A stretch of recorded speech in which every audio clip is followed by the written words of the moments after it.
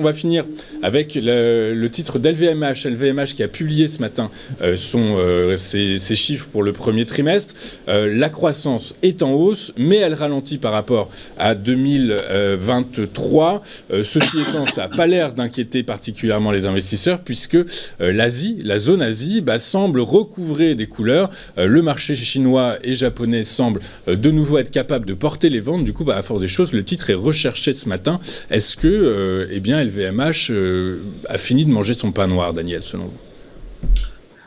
Alors, vous voyez parfois des petits coups d'œil que je donne sur le côté parce que sur un autre écran, j'ai le graphique de LVMH, puisque il a publié. Donc, j'ai proposé ce scénario sans avoir d'éléments. Enfin, je savais qu'il publiait. En fait, c'était hier soir après bourse, mais les conséquences, je ne les connaissais pas. Donc, on a la réponse ce matin, et la réponse pour moi est neutre moins. Ce que j'entends par neutre moins, c'est qu'on est venu en ouverture ce matin. Alors non, je vais d'abord décrire un peu le schéma de LVMH avant de faire du court terme. Donc LVMH est depuis le mois de janvier dans un schéma haussier qui a vu les cours passer de 650 à 880 euros. Donc on a eu une belle hausse de plus de 30%, avec surtout l'ouverture d'un gap haussier absolument considérable entre 689 et 729 euros. 30 euros de gap, c'est quand même pas mal. Et depuis le début du mois de mars, avec une bougie tout à fait caractéristique qui s'appelle une étoile filante,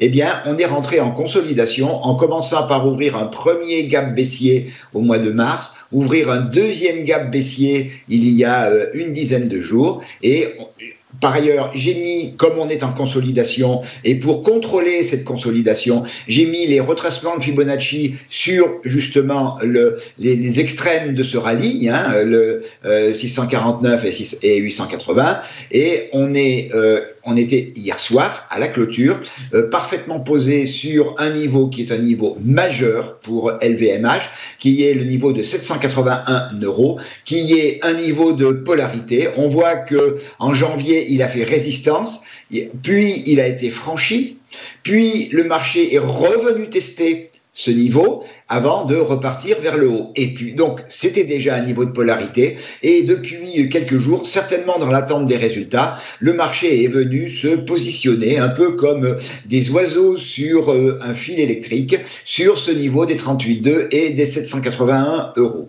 Alors, ce matin, le LVMH a ouvert sur le bas du gap baissier aux alentours de 806, et on est plutôt actuellement en train de refluer. On n'a pas réussi du tout à rentrer dans le gap. Et c'est pour ça que je disais que c'est un neutre moins dans le sens où, les résultats ont entraîné une légère appréciation positive, mais pas de manière véritablement significative. Donc le stand-by est certainement de mise. Cette zone des 781 806 euros est certainement la juste valeur que le marché attribue à LVMH. Il faudrait, alors si on cassait ce niveau de 781, on reviendrait alors probablement vers un gros niveau à nouveau, qui est le niveau des 755 euros, qui est à la fois qui est un niveau de support, puisque ça a été une résistance de la fin de l'année dernière. C'est le siège d'une moyenne mobile 200 qui est maintenant devenue plutôt plate, et en dessous, le gros gap haussier dont je parlais à 729,1.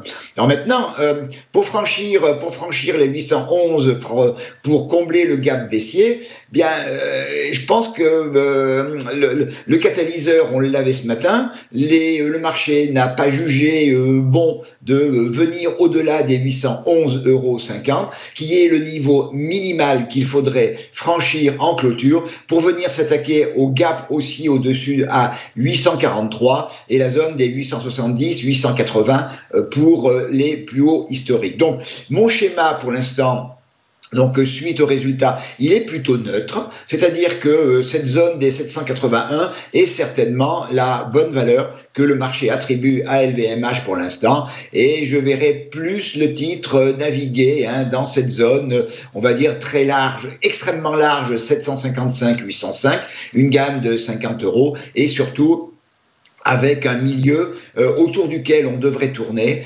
c'est-à-dire autour des 780, 800, même pas, je vais dire 780, 790 euros. C'est vraiment pour moi une zone pivot actuelle, puisque eh bien, les catalyseurs sont passés.